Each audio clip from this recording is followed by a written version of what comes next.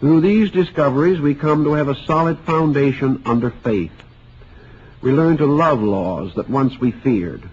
We experience the universe as beautiful and lawful, and we find the security that comes to those who take their refuge in the law. The practice of Zen, therefore, helps us to live with law, to move with law, and finally, in perfect faith, to permit the law to move us according to its own will. To understand the laws governing life, we must accept the Zen concept of universal motion. Motion always reveals itself through change. As motion is eternal, change is inevitable. Man is an ever-changing being in an ever-changing world. Yet with his mind he fears and resists change. Zen insight helps us to meet the motions of life graciously and wisely. In our daily living, this concept of motion gives us a new perspective on life.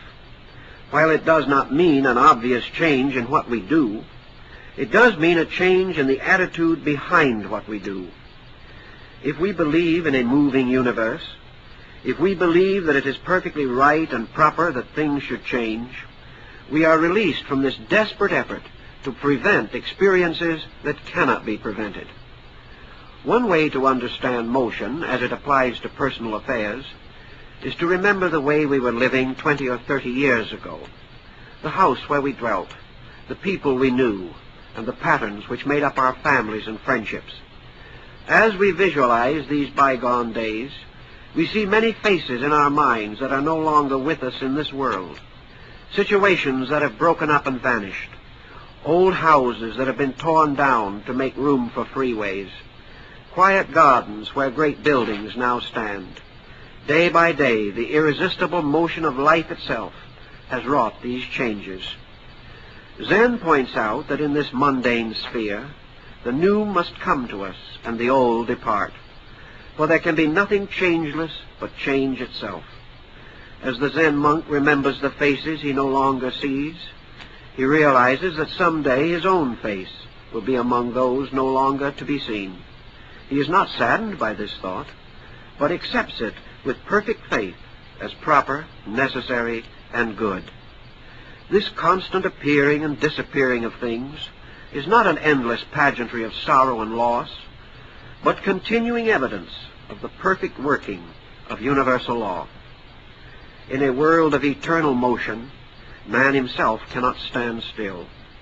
Like the earth with all its creatures, he is moving through time and space, from an unknowable beginning to an unknown end. He is in a state of ever becoming that which he has not yet attained, and ever outgrowing that which he has already attained. Man grows because the self within him grows, and this self becomes a little wiser every day. He would be in a forlorn condition indeed if the rhythm of life did not impel him to move along the road that leads beyond the stars. Western philosophies have generally considered the ego or self as a conscious and permanent entity to which all experiences occur. Thus the world around men is ever changing, but the being within is ever the same. Such a concept naturally leads to an aggressive attitude toward life. The emphasis is upon individual achievement, even at the expense of common good. As the captain of his own destiny, each man tries with every skill at his disposal to steer his little ship to a safe haven across the troubled sea of living. In most cases, however, the journey ends in a psychological confusion, which might be likened to cosmic seasickness.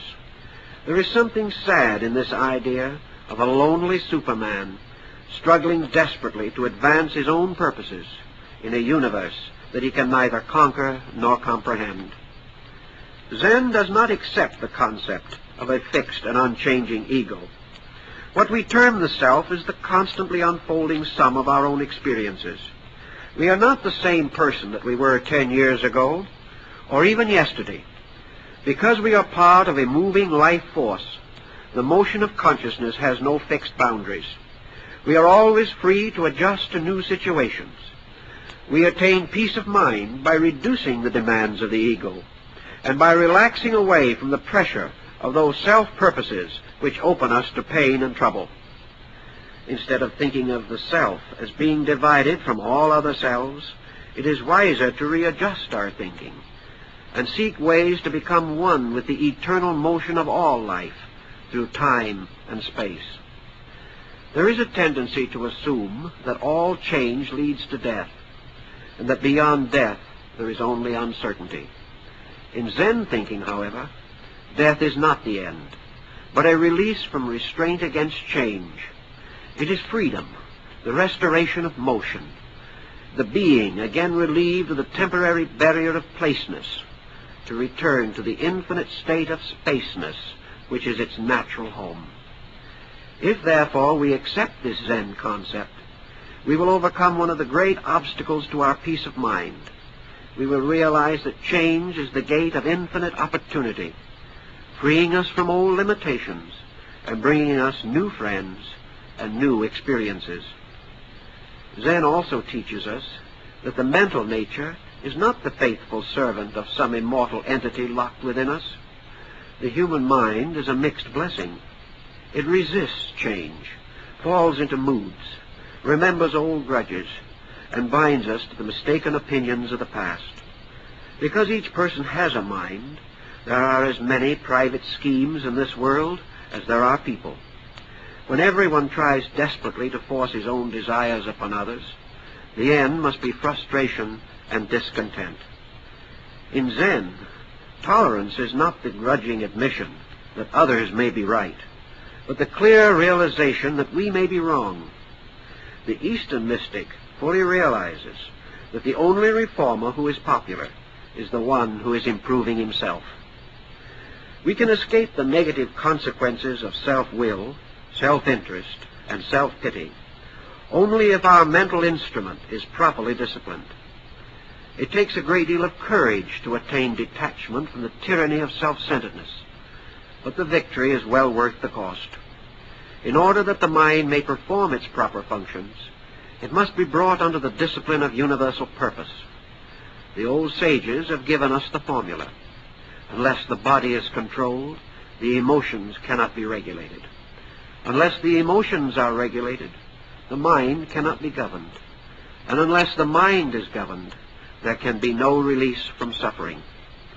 Thus we must constantly change for the better if we wish to live in harmony with the eternal purpose.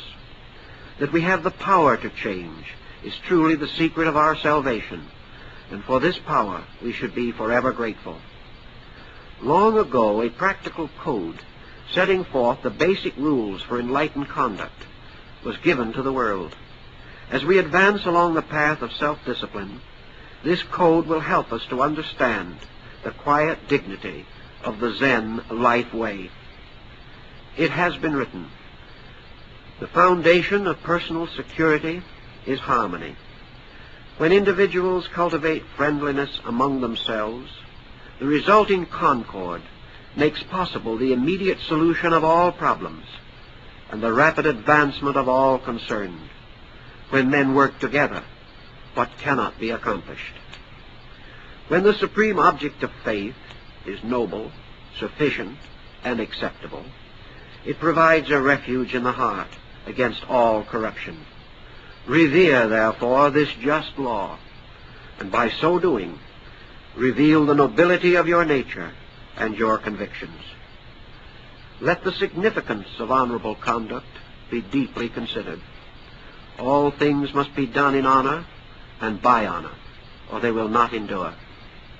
If the people observe good faith one with another, no disaster is to be feared. It is proper to be constantly mindful of the virtues and abilities of others. Be ever watchful, therefore, lest skill or wisdom be wasted because you have not observed it in another person. Be glad when it is your privilege to reward another because of his merit. All men should live and think moderately, so that they will not be inspired to advance their own estates through exploiting their privileges or dealing unfairly with other men. Deal impartially and with uprightness of heart with those around you, and be not over-influenced by the wealth or worldly honor of your associates. If it happens that we envy others, they in turn will be encouraged to envy us. The evil results of these envies are without limit. Let us therefore seek diligently for those more intelligent than ourselves, for these are the greater protectors of the common good. Be very careful, therefore, to bestow appreciation upon those who deserve praise. It may happen that we refrain from mutual helpfulness for selfish motives. This leads to many difficulties and weakens the bonds of men's friendships. When we speak, it is wise to express, but never with intent to impress. Words are messengers, not soldiers. When we tell what we have done, we talk of the dead. When we tell what we will do, we speak of the unborn. We reveal the present by conduct, not by words. Let us never demand that which is unreasonable, and always reveal concern for the happiness and security of those around us. It is a serious fault to be unmindful of the lowly. How can we take upon ourselves to distinguish that which is absolutely right from that which is absolutely wrong? We are one with another, wise and foolish, like a ring that has no end. If, therefore, others rise to anger or give way to resentment, let us be more fearful of our own faults and more anxious to correct them than to change the ways of others. At first thought, these ancient rules, with their emphasis upon the basic virtues of right conduct, may not seem especially profound. But remember that Zen is a path of immediate action by which conduct leads directly to enlightenment. It is not a panacea for the disillusioned, an escape for the neurotic, or a fascinating adventure for the bored intellectual. It is a straight road leading to the solution of the problems of human ignorance and unhappiness. Zen begins with the simplest and most difficult of all codes, the code of self-control. Although the mastery of Zen is the labor of a lifetime, the experience of Zen is possible to any individual who is able to attain tranquility of heart and mind. What is most necessary is a continuing acceptance of the eternal wisdom and beauty in the world and in our own hearts. As the Zen mood is strengthened within us, we experience a wonderful kinship with all that lives. In that perfect quietude which is true meditation, our faith is renewed, and we know, as a certainty of consciousness, the purpose for existence and our own place in a timeless plan. The spirit of Zen confers this certainty of good, which helps to make life a peaceful and friendly span of years. By freeing the mind from the burden of small thoughts, there is more time and energy for the accomplishment of worthwhile things. The heart is no longer disturbed by fear or remorse, and can enjoy the rich experiences of true friendship and affection. It is natural for the bird to sing and the flower to bloom, and it is equally proper that we should all bring joy to ourselves and others. There is an old legend of a saintly monk who took walks in the forest, and wherever he placed his feet, wood violets grew. Let something of this mystery touch each of us.